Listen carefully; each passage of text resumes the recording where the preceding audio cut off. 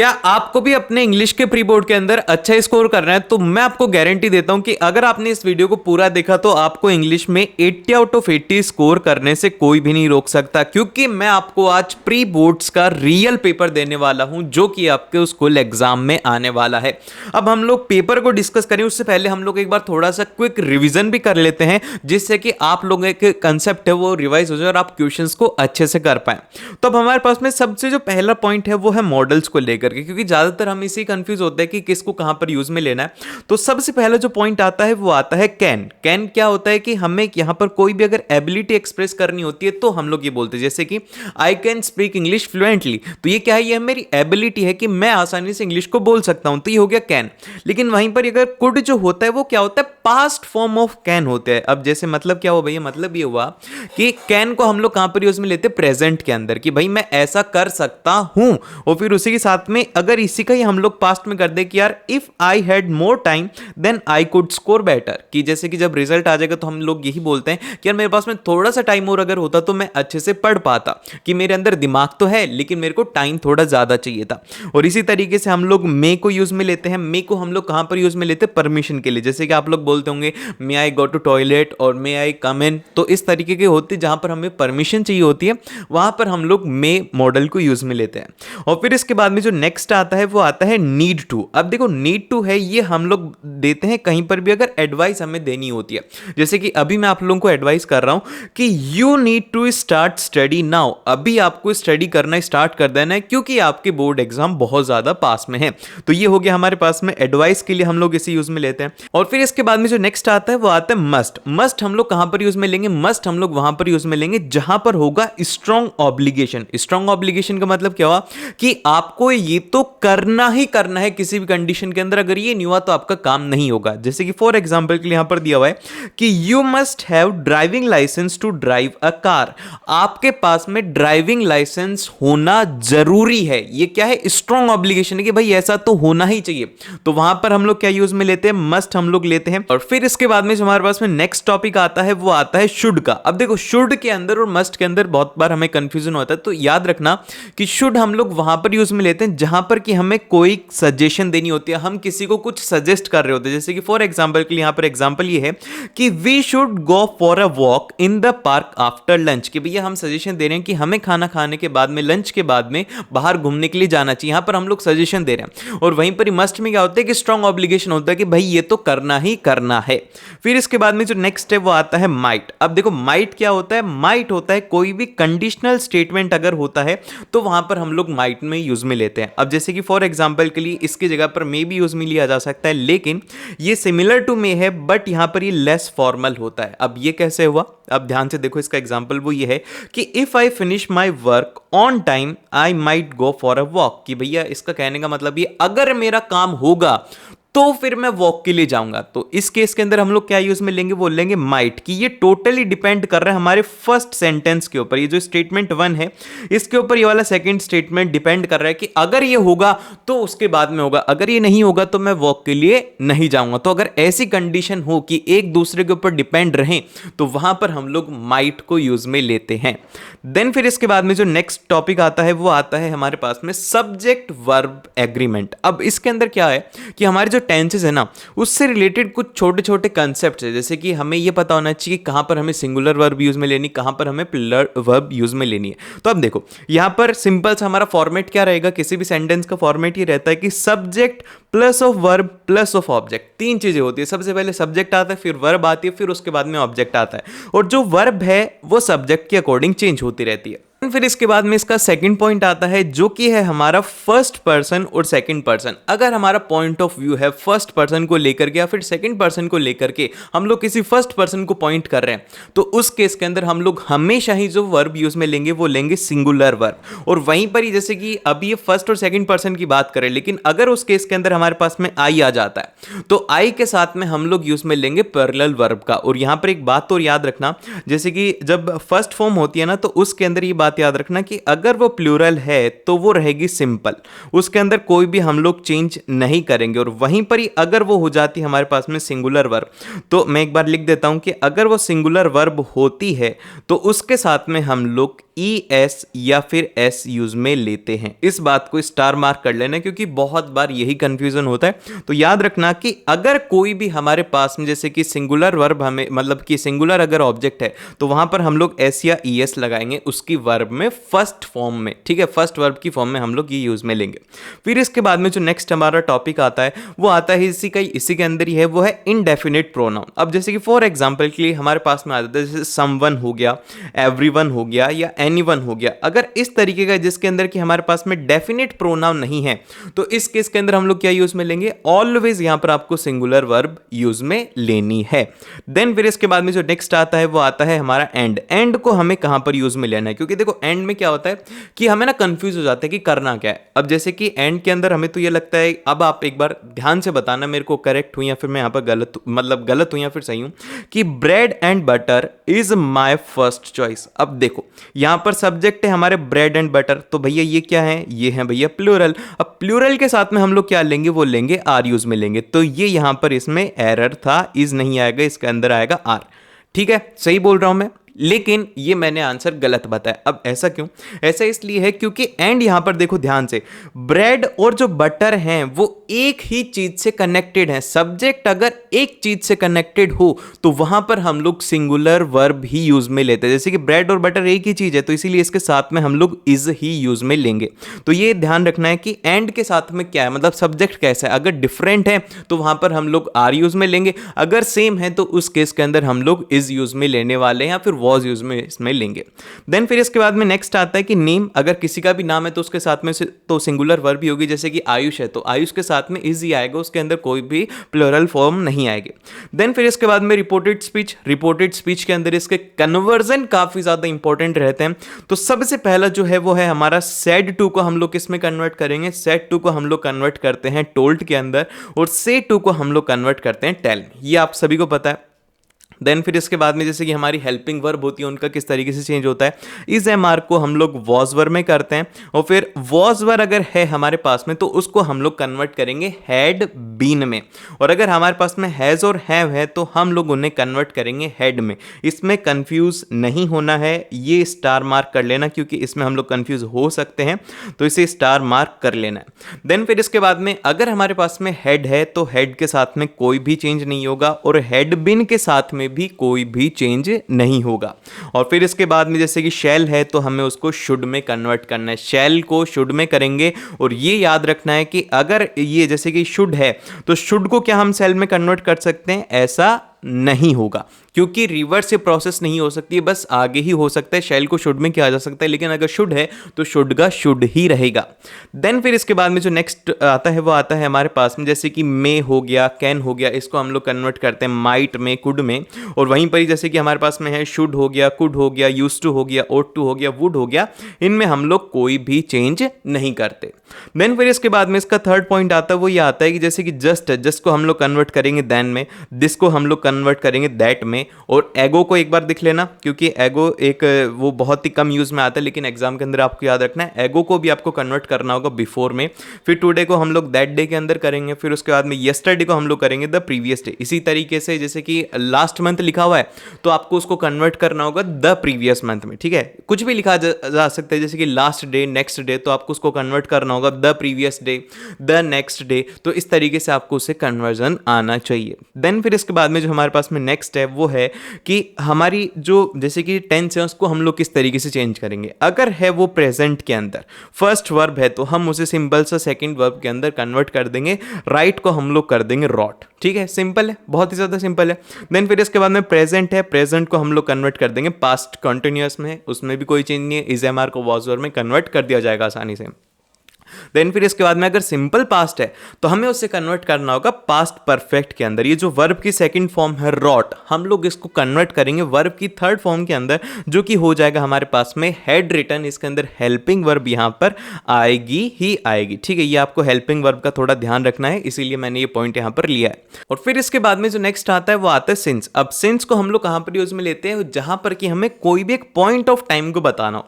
जैसे कि आप लोगों ने देखा होगा कि किसी बिल्डिंग के बाहर बना होता है कि दिस बिल्डिंग इज सिंस जो भी डेट रहती है उससे, तो मतलब ये होता है कि ये उस टाइम से, जैसे कि I have been trying to study since last month, कि भैया मैं लास्ट मंथ से ट्राई कर रहा हूँ कि मैं स्टडी कर पाऊँ, या फिर लास्ट ईयर से मैं स्टार्ट कर रहा हूँ। तो ये सब जो चीज़ें जहाँ पर कि हम लोग कोई एक स्पेसिफिक पॉइंट ऑफ टाइम बता रहे हैं कि भाई उस टाइम से मैंने स्टार्ट किया था, तो पास्ट के अंदर वहाँ पर हम लोग सिंस को यूज़ में लेते हैं। और वहीं पर ही अगर फोर है, अब फोर को हम लोग यूज़ में लेते हैं किसी भी एक पीरियड ऑफ टाइम को डिनोट करने के लिए। जैसे कि अभी डिफरेंस आपको समझ में आएगा कि I have been studying for 6 hours, यहां पर मैंने 6 आवर्स का क्या है, ये है पीरियड है, टाइम पीरियड है कि भाई मैं इतने टाइम से पढ़ रहा हूं। मैंने स्टार्टिंग नहीं बताया कि मैंने कब किया था, एंडिंग का नहीं बताया, लेकिन अगर यही मैं बता देता कि भैया मैं 10 बजे से पढ़ रहा हूं, तो वहां पर मैं लिख देता सिंस। ठीक है, समझ रहे हो।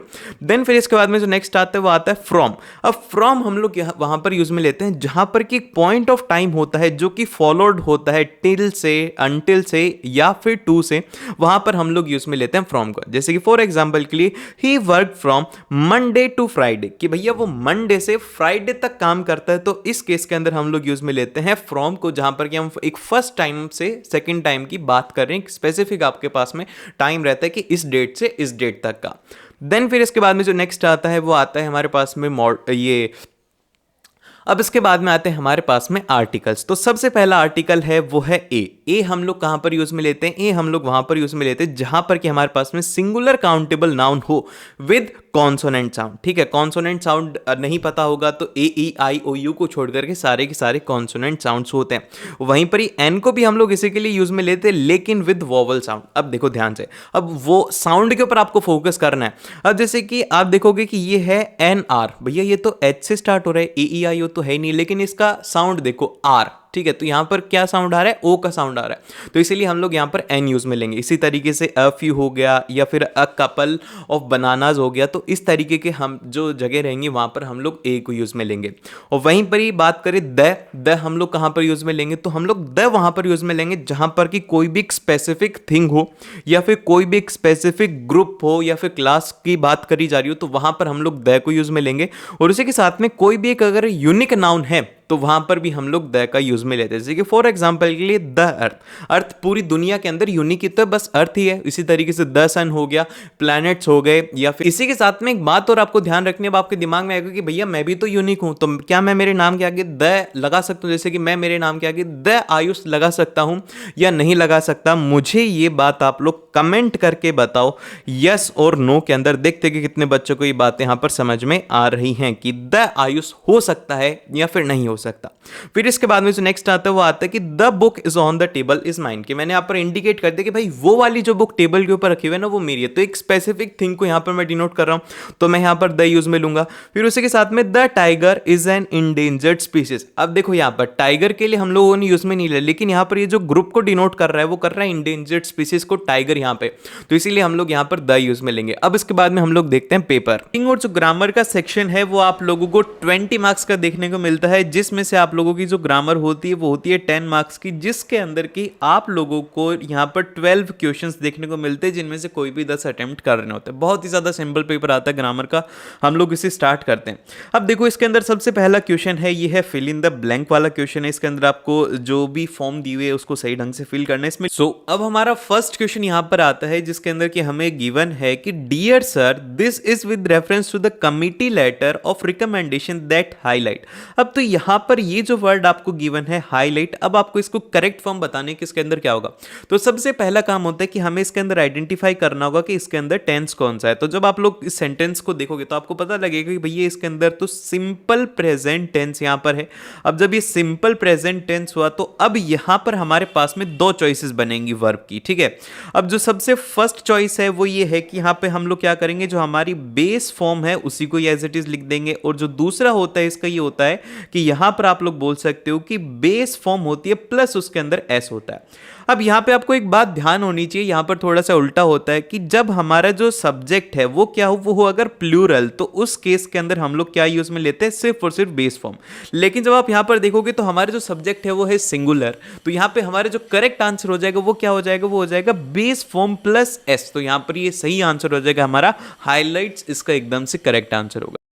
अब इसके बाद में हमारे पास में क्वेश्चन नंबर सेकंड, जिसका कि सबसे ज़्यादा पूछे जाने वाला क्वेश्चन होता है, हर साल ये क्वेश्चन पूछे जाता है, वो है कि एरर और करेक्शन वाला क्वेश्चन। तो ये बहुत ही ज़्यादा सिंपल होता है, स्टूडेंट को इसे डर पता नहीं क्यों लगता है और गलत भी मैक्सिमम यही होता है। तो मैं आपको बताता हूँ, आपको जब भी ऐसा हो तो आप इसको कैसे करेंगे। तो सबसे फर्स्ट जो आपको इसके अंदर चेक करनी है वो करनी है इसकी हेल्पिंग वर्ब, ठीक है। अब हेल्पिंग वर्ब अगर सही है देन फिर उसके बाद में आपको इसकी चेक करनी है वर्ब, और अगर वो भी सही है तो फिर आपको यहाँ पर चेक करना होगा इसका प्रीपोजिशंस, और फिर उसके बाद में भी अगर गलत है तो भैया इसका फिर क्वेश्चन ही गलत है। ऐसा ही होता है, क्योंकि मेनली क्या होता है कि इन 3-4 चीज़ों के अंदर ही एरर होते हैं, फिर उसके अलावा कुछ भी नहीं होता। तो अब हम लोग इस क्वेश्चन को देखना स्टार्ट करते हैं। अब ये क्वेश्चन है कि this delightful recipe must be keep your hunger pangs at the bay with it baked spice and oriental flavour. तो अब यहाँ पे हमें निकालना है कि इसके अंदर क्या एरर होगा। तो अब देखो यहाँ पर इसके अंदर सिंपल सा क्या लिखा हुआ है, यहाँ पर आप जब इसको देखोगे तो आपको यहाँ पर दिखेगा, वो दिखेगा मस्ट।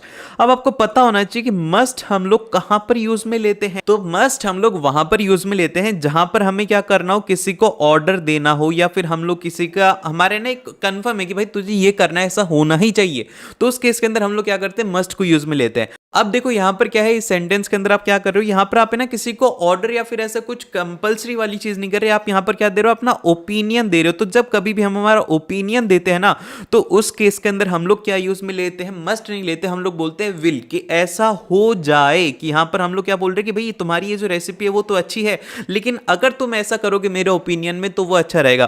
तो इसीलिए हम लोग मस्ट को हटा करके यहां पर विल यूज में लेंगे, और विल हो जाएगा इसका करेक्शन, मस्ट हो जाएगा इसके अंदर एरर।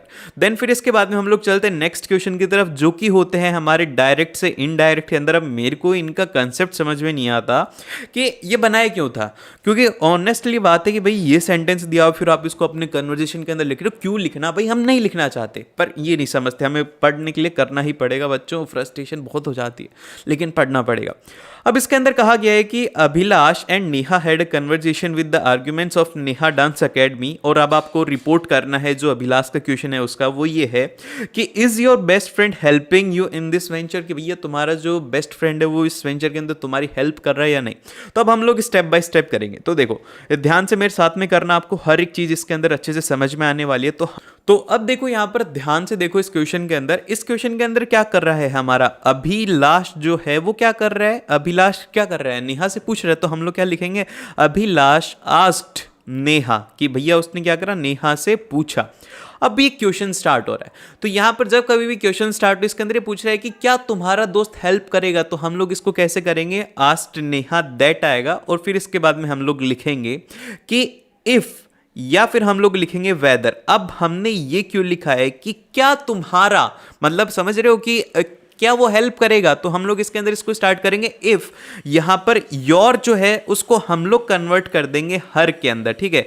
यहां पर ये जो योर है हमने इसको कन्वर्ट किया है हर के अंदर, क्योंकि यहां पर है पॉइंट ऑफ व्यू, क्योंकि हमें इसके अंदर पॉइंट ऑफ व्यू का चेंज करना होगा, इसीलिए हम लोग क्या करेंगे, योर को हर के अंदर चेंज करेंगे, योर बेस्ट फ्रेंड हेल्पिंग। अब देखो यहां पर ये जो वर्ब है आपको इसको चेंज करना होगा, क्योंकि ये तो यहां पर सिंपल प्रेजेंट के अंदर, लेकिन आपको इसको कन्वर्ट करना होगा पास्ट के अंदर। तो आप लोग यहां पर इसको क्या करोगे, यहां पर करोगे वॉज हेल्पिंग आएगा, ठीक है। ये हमने यहां पर हेल्पिंग वर्ब लगा दी, तो क्या करे, प्रेजेंट कंटिन्यूअस को हमने किस में कन्वर्ट कर दिया, पास्ट कंटिन्यूअस के अंदर।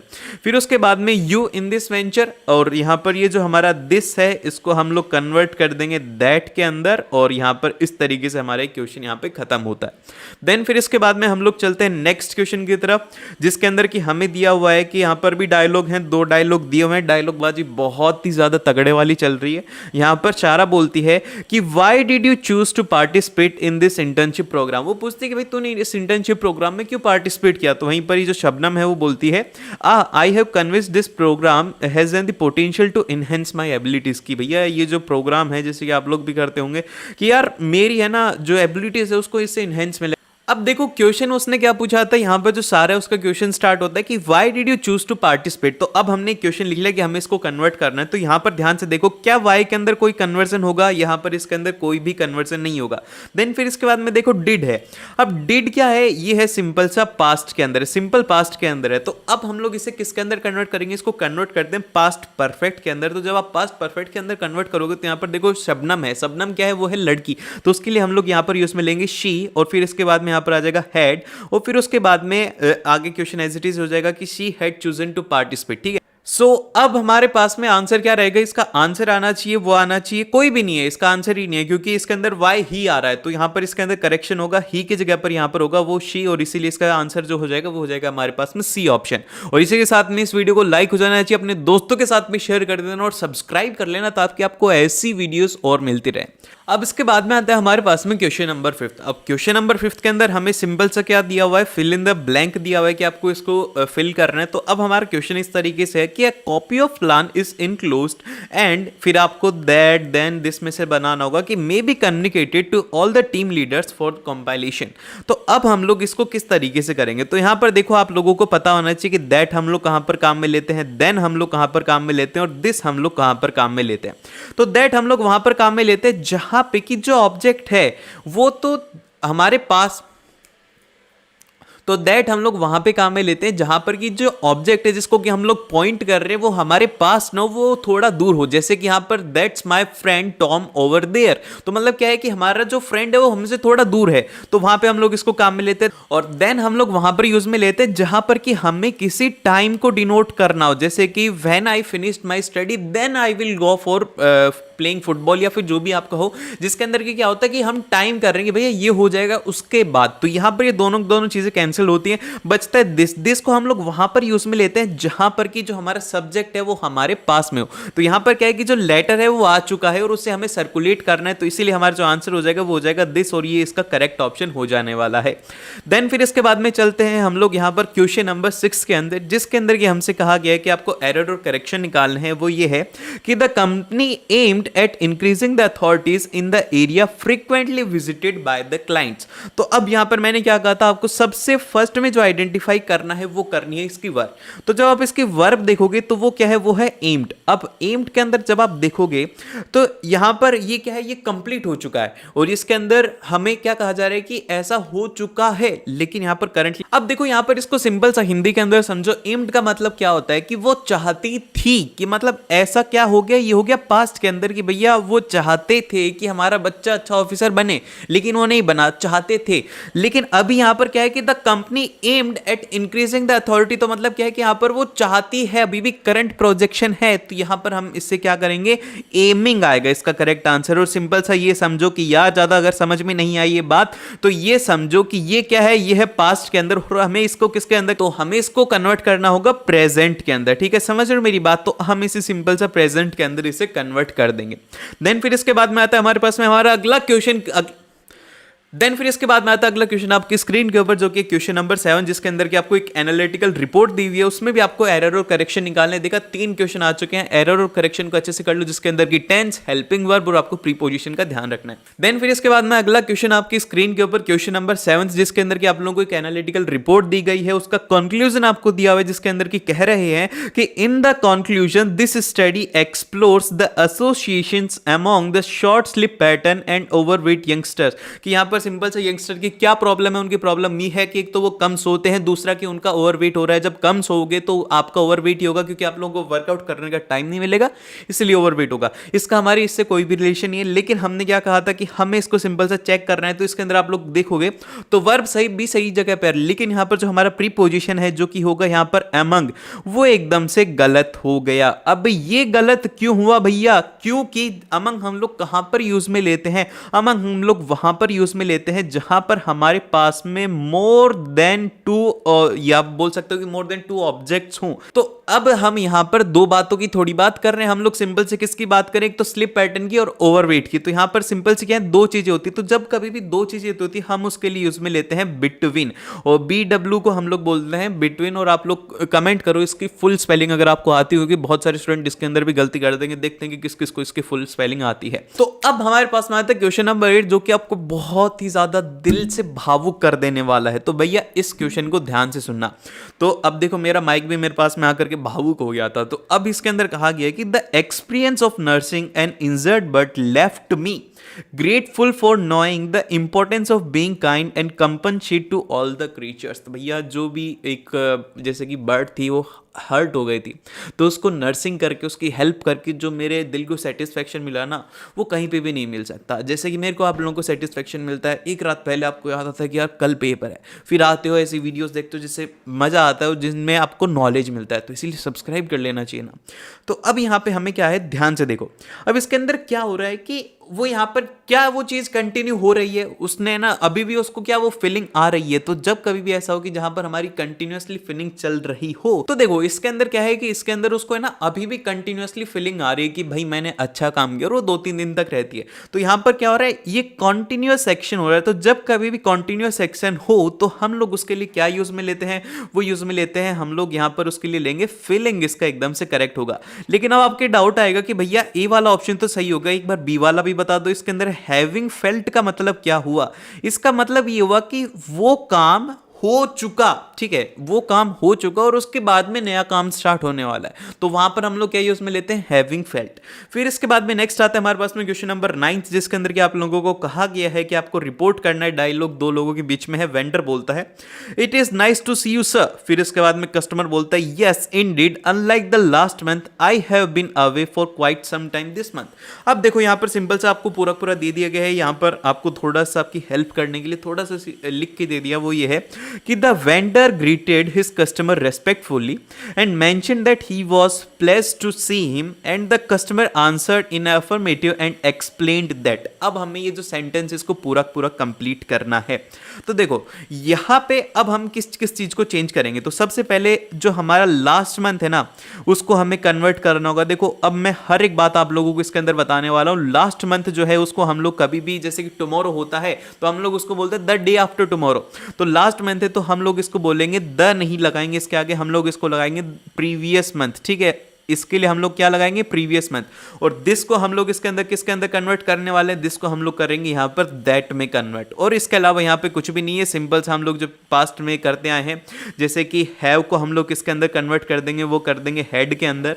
और इसके अलावा इसके अंदर ऐसी कोई भी चीज नहीं है जो कि आपको नहीं आती है। तो कमेंट करके इसका आंसर अभी के अभी आ जाना चाहिए कि भैया इसका आंसर ये सही होगा। जो भी सही करेगा उसको मेरी तरफ से गिफ्ट जरूर से मिलने वाला है। और फिर इसके बाद में चलते हैं हम लोग नेक्स्ट की तरफ, जो क्या था हमारा क्वेश्चन नंबर 10। और इसी के साथ में हमारी ग्रामर कंप्लीट होती है। लेकिन 2 क्वेश्चन एडिशनल हैं, जो कि मान लो कि आपको कोई क्वेश्चन नहीं आया तो आप लोग वो कर सकते हो। तो यहां पर ये है क्वेश्चन नंबर 10 में हमें कहा गया है कि आपको फिल इन द ब्लैंक करना है। यहां पर कहा गया कि congratulations change makers, the regional competition awards have been announced and our school music club won the prize, ठीक है। सो देखो अब यहां पर क्या हुआ है कि हमारी जो स्कूल है वो प्राइज को जीत चुकी है। मतलब कि अभी अभी ये रिसेंटली के अंदर ये इवेंट हुआ है। जब कभी भी ऐसा होता है जहां पर कि हमारा इवेंट हो चुका होता है और वो रिसेंट वाला होता है, तो उस केस के अंदर हम लोग क्या यूज में लेते हैं, वहां पर हम लोग यूज में लेते हैं हैज और हैव, और उसके साथ में हम लोग लेते हैं वर्ब की फर्स्ट फॉर्म। सो हम लोग यहाँ पर हैज़ जो है उसको यूज में लेते हैं सिंगुलर के साथ में, और फिर उसके बाद में जो हमारा है इसको हम लोग लेते हैं प्लूरल के साथ में। तो अब यहाँ पर देखोगे तो यहाँ पर क्या है, वो है सिंगुलर, तो इसीलिए हम लोग यहाँ पर क्या यूज में लेंगे, बोलेंगे हैज़। तो यहाँ पर आ जाएगा हैज़ वॉन। तो ये हो गया इसका एकदम से करेक्ट आंसर। देन फिर इसके बाद में चलते हैं हम लोग क्वेश्चन नंबर 11 के ऊपर, जिसके अंदर कि आप लोगों को एक पॉइंट दिए जिसको कि कंप्लीट करना है। इसमें ये है कि the river runs through the veins, कि भैया जो रिवर है वो वेन्स के थ्रू जाती है, क्योंकि पोइट जो होता है वो हमेशा ऊट पटांगी बातें करता है। और इसके अंदर कहा गया कि the trees and mountains your name, ठीक है। अब यहां पर क्या होगा कि यहां पर आप बोलोगे विल कॉल आएगा, कॉल आएगा, हैड कॉल्ड आएगा, या फिर कॉल्स आएगा। तो यहां पर सिंपल से देखो कि ये क्या है, ट्री है और माउंटेन है, तो ये क्या होगा, ये हो गया प्लूरल। तो प्लूरल के साथ में हम लोग क्या यूज में लेंगे, मैंने अभी अभी बताया था कि हम लोग बेस फॉर्म यूज में लेते हैं। तो इसीलिए हमारा जो आंसर हो जाएगा वो हो जाएगा कॉल, क्योंकि ये जो पोइम है, हमेशा बात याद रखना कि पोइम जो होती है वो लिखी जाती है प्रेजेंट के अंदर। तो इसीलिए हमारे पास में जो करेक्ट आंसर रहने वाला है वो रहने वाला है बी ऑप्शन। तो इसको लॉक कर दिया जाए। चला जाए नेक्स्ट क्वेश्चन के ऊपर, जो कि हमारा क्वेश्चन नंबर 12 होगा। इसमें हमसे कहा गया कि आप लोगों को सिंपल सा इसको कन्वर्ट करना है। अब मैं आप लोगों को इसको बताऊंगा और आप लोगों को इसका आंसर कमेंट करना होगा। देखते हैं कि कितने स्टूडेंट को ये वाली बातें अभी तक समझ में आई। लास्ट वाला क्वेश्चन एकदम से सही होना चाहिए। वो ये है कि the passengers will not reach the airport in order to avoid a fine equivalent to 5% of basic fare. तो यहां पर देखो मैंने आपको क्या समझाया था, वो समझाया था कि विल हम लोग कहाँ पर यूज़ में लेते हैं, जहाँ पर कि हमें ना हमारा ओपिनियन देना होता है, वहाँ पर कंपलसरी नहीं होता। लेकिन यहाँ पर क्या हो रहा है कि पैसेंजर को स्ट्रिक्ट ऑर्डर दिया जा रहा है कि भैया इसके बाद में अगर रहोगे तो 5% एडिशनल चार्ज लगेगा। तो विल हम लोग यहाँ पर यूज़ में नहीं लेंगे, तो हम लोग क्या यूज़ में लेंगे, यहाँ पर हम लोग लेंगे शुड, क्योंकि ये एक तरीके का क्या है, वो है ऑर्डर जो कि आपको मानना ही होगा। तो इसीलिए हमारे पास में जो करेक्ट आंसर रहने वाला है वो रहने वाला है शुड। एरर हो गया हमारे पास में विल और इसका करेक्शन हो गया हमारे पास में शुड। देन फिर इसके बाद में आता है हमारे पास में अगला क्वेश्चन जो कि आप लोगों को एग्जाम के अंदर बहुत ही ज्यादा हेल्प करेगा, क्योंकि मैं आप लोगों को इसके अंदर बताने वाला हूं ऐसी ट्रिक्स जिसकी वजह से आपको एग्जाम में फुल मार्क्स देने वाले। तो भैया ये क्वेश्चन है हमारा। क्वेश्चन के अंदर कहा गया है कि आप है ना जो भी हो आप लोगों को है ना सिंपल सा इसमें ध्यान ही नहीं देना, ये सब बकवास जो भी यहाँ पर लिखा हो वो आप पढ़ लेना। मैं आप लोगों को इंपॉर्टेंट बातें बताता हूँ जिससे कि आपको एग्जाम के अंदर नंबर मिले। तो सबसे पहले आप लोगों को इसके अंदर क्या लिखना होगा, सबसे पहले यहाँ पर आप लोगों का आएगा सेंडर एड्रेस जो कि होगा आपका, क्योंकि आप क्या कर रहे हो, इसको सेंड कर रहे हो जो कि आपको क्वेश्चन के अंदर दिया होगा। अगर नहीं दिया हो तो आप लोगों को कुछ भी अपने मन से बना करके लिख देना, रियल नहीं लिखना। जैसे कि आप ABC स्टेट लिख सकते हो, दिल्ली लिख सकते हो, ऐसा कुछ भी आप रेंडमली लिख सकते हो। देन फिर इसके बाद में आपको एक लाइन का यहाँ पर स्पेस देना है। डेट आपको लिखनी है, डेट का फॉर्मेट यहाँ पर इस तरीके से रहेगा जैसे कि 26 ऑफ जनवरी जो भी डेट हो उसको, और फिर उसके बाद में 2023, ये इसका पैटर्न होता है। एक लाइन छोड़ करके जो यहाँ पर रिसीव करने वाला है, ठीक है, जो भी यहाँ पर रिसीव करेगा उसका हम लोग यहाँ पर एड्रेस लिख देंगे, जो कि यहाँ पर होगा सबसे पहले। जैसे कि अब हम लोग ये लेटर है ये लिख रहे हैं MLA को, तो यहाँ पर सबसे पहले उनका नाम, फिर उनका एड्रेस, फिर उसके बाद में वहाँ का जो भी सिटी कोड है, जिप कोड है, वो आप लोग इसके अंदर लिखोगे। 3 चीजें लिखनी होती है, सिटी, स्टेट और उसका जिप कोड, ठीक है। अगर नहीं पता है तो आप रैंडमली कुछ भी लिख सकते हो, इसके लिए मार्क्स डिडक्ट नहीं होते हैं। तो अब ध्यान से सुनो कि आप लोगों को ओपनिंग किस तरीके से करनी है। एक तो सबसे इंपॉर्टेंट होती है ओपनिंग और दूसरी होती है क्लोजिंग। अगर ये दोनों सही ढंग से कर दी तो बाकी के लेटर में आप कुछ भी लिखो, उससे इतना ज्यादा इंपॉर्टेंस नहीं होता।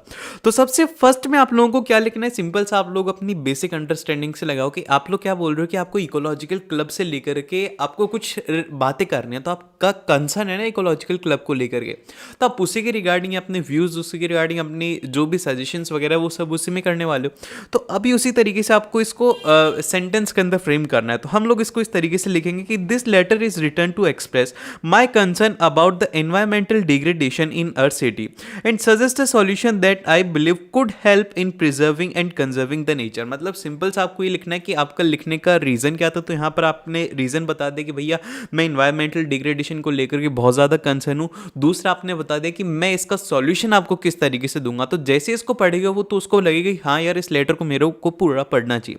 देन फिर इसके बाद में आएगा कि I believe that forming a ecological club and appointing eco minister in our city can be add to this endeavour. कि भैया ये जो आप लोग मैं आपको बता रहा हूँ तो इससे क्या होगा कि हमारे इन्वायरमेंट को बहुत ही ज़्यादा हेल्प मिलेगी। हमारी सिटी के अंदर हमें ऐसे लोगों की बहुत ज़्यादा ज़रूरत है। देन फिर इसके बाद में इसकी क्लोजिंग लाइन देखना वो बहुत ही ज़्यादा इंपॉर्टेंट रहेगी। वो ये है कि madam you requested to kindly consider the suggestion to ensure a better preventation and conservation of nature. तो भैया सिंपल सा आपने कहा है, आप उनसे क्या करो रिक्वेस्ट कर दो। हमेशा एक बात याद रखना कि आप कभी भी उनको ऑर्डर नहीं करोगे, आप लास्ट के अंदर लिखोगे कि मैम मेरी रिक्वेस्ट है कि आप इसको एज सुन एज जितना जल्दी हो सके उसको कर सके। तो आपको यहाँ पर हेल्प चाहिए तो आप उसके अंदर कह रही हो कि आप मेरी सजेशन को मानिए और ज़्यादा जितना जल्दी हो सके उतना जल्दी आप इस काम को स्टार्ट कीजिए। अब एग्जैक्टली ऐसा नहीं होगा क्योंकि ये जो पूरी लैंग्वेज है बुकिश लैंग्वेज, कभी भी बुकिश लैंग्वेज के फुल मार्क्स नहीं मिलते। हमेशा जो आप लोग इंसान हो तो इंसान बन करके ही अपने एक्सप्रेस लिखा करो। गलत होता है ज़्यादा से ज़्यादा, उसके अलावा कुछ भी नहीं होता। लेकिन जो इंसानी लैंग्वेज होती है बहुत ही ज़्यादा अच्छी होती है। हाँ, और एक और बात, हर एक का सोचने का तरीका अलग अलग होता है, इसलिए सभी के आंसर्स अलग अलग होते हैं। देन फिर हमेशा बात याद रखना कि एक आप लोगों को सिंपल सा फॉर्मल लेटर रहेगा और जो दूसरा लेटर रहेगा वो रहेगा आपका लेटर टू एडिटर का। अब इसके अंदर आप लोगों को क्या बना देगा, अरमान खान। तो जो भी हो उसको आपको क्या करना है, अंडरलाइन कर लेना है। क्योंकि एग्जाम के अंदर क्या होता है कि कई बार हम भावुक होकर के अपने सिग्नेचर कराते हैं, अपना नाम लिखाते हैं, जो कि हमें नहीं करना है। उसी के साथ में आपको जो भी डेजिग्नेशन, जो भी पोस्ट दिए हुए वो आपको यहाँ पर करना है। तो यहाँ पर आपको दिया गया कि आप स्कूल कैप्टन हो उज्जवल अकेडमी के, यहाँ पर उसका पूरा पूरा एड्रेस दिया हुआ है जो कि आपको ध्यान में रखना है। देन फिर इसके बाद में कहा गया है कि you believe that the language can help a bridge regional divides and promote unity. आपका मानना ये है कि जो रीजनल लैंग्वेज होती है इससे यूनिटी को प्रमोट होता है। जैसे कि फॉर एग्जाम्पल के लिए आप लोग कहीं से भी होंगे, ठीक है, जैसे कि अब मैं मान लेता हूं कि अब मेरे यहाँ पर क्या है, मैं जैसे कि मैं राजस्थान से हूँ। अब राजस्थान के अंदर बेसिकली कौन सी भाषा होती है, वो होती है मारवाड़ी। अब मारवाड़ी के अंदर क्या होता है कि जैसे कि जब बच्चा पैदा होता है वो क्या होता है कि 1 से 1.5 साल के अंदर अंदर वो है ना ठीक ठाक सा बोलने लग जाता है, मतलब कुछ भी चीज़ें सीखने लग जाता है, और 2 साल तक वो ऐसे सेंटेंस बनाने लग जाता है, कॉम्प्लेक्स सेंटेंस, वर्ड्स को मिला करके वो सेंटेंस बनाने लग जाता है। तो क्या होता है कि जब रीजनल लैंग्वेज के अंदर उसको कोई भी चीज़ सिखाई जाती है तो उस चीज़ को सीख जाते हैं। तो वही बात इसके अंदर भी कही गई है कि जो रीजनल लैंग्वेज होते हैं, जब कभी भी जैसे कि अब मैं अगर मान लो कि अदर स्टेट के अंदर हूँ, और मान लो कि मैं हूँ कर्नाटक में, ठीक है, अब कर्नाटक के अंदर अदर लैंग्वेज है, लेकिन यहाँ पर क्या है कि अगर मेरे को वहाँ पर कोई मेरी लैंग्वेज वाला आदमी मिलेगा तो एक तरीके से हम दोनों की यूनिटी अच्छी होगी, हम लोग अच्छे से बात कर पाएंगे।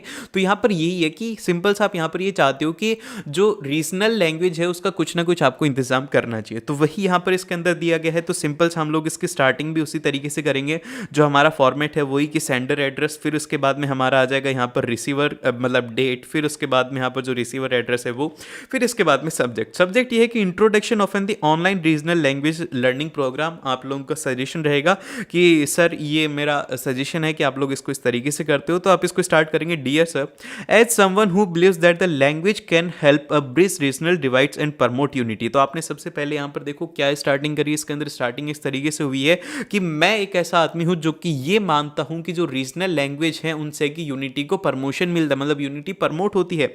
And I am writing to suggest the introduction of an online regional language learning programme in our city to help recently relocated residents of all the ages establish a healthy rapport with the local resident and promote mutual understanding।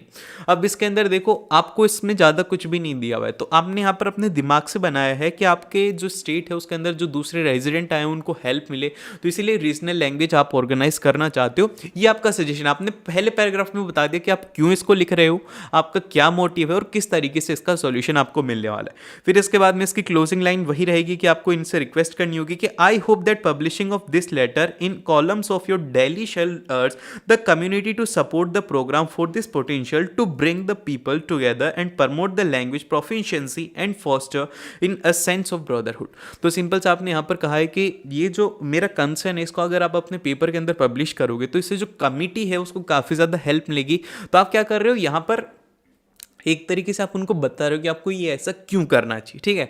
तो ये सब चीज़ आप ज़्यादा से ज़्यादा letter पढ़ोगे तो ये सब आपका एकदम से सही हो जाने। अब इसके बाद में जो नया तरीके का क्वेश्चन है वो है हमारा क्वेश्चन नंबर 5। इसके अंदर कहा गया है कि testing of class 10th is contesting the post of an the junior school captain in upcoming student council election. Given below is her character, जैसे कि उसका नीचे दिया गया है कि वो किस तरीके की है। अब देखो यहाँ पर क्या क्या कैरेक्टर उसके बारे में बताया गया है कि is average in academic performer, की मतलब ठीक ठाक पढ़ने में, ज़्यादा पढ़ने में ध्यान नहीं है, लेकिन maintains the discipline and study routine, लेकिन उसका डिसिप्लिन है, स्टडी रूटीन वो मेंटेन रखती है। Focus on the excellent outcome, वो आउटकम के ऊपर फोकस करती है। Exhibits the good decision making skills के, वो डिसीजन बहुत ही ज़्यादा अच्छे ले लेती है, हाथों हाथ डिसीजन ले लेती है। थ्राइव्स ओनली ऑन एप्रिशिएशंस, फिर उसके बाद में believe in all and all for all, मतलब उसका मानना यह है कि सभी को सभी की मदद करनी चाहिए और हर एक के लिए हर कोई अवेलेबल होना चाहिए।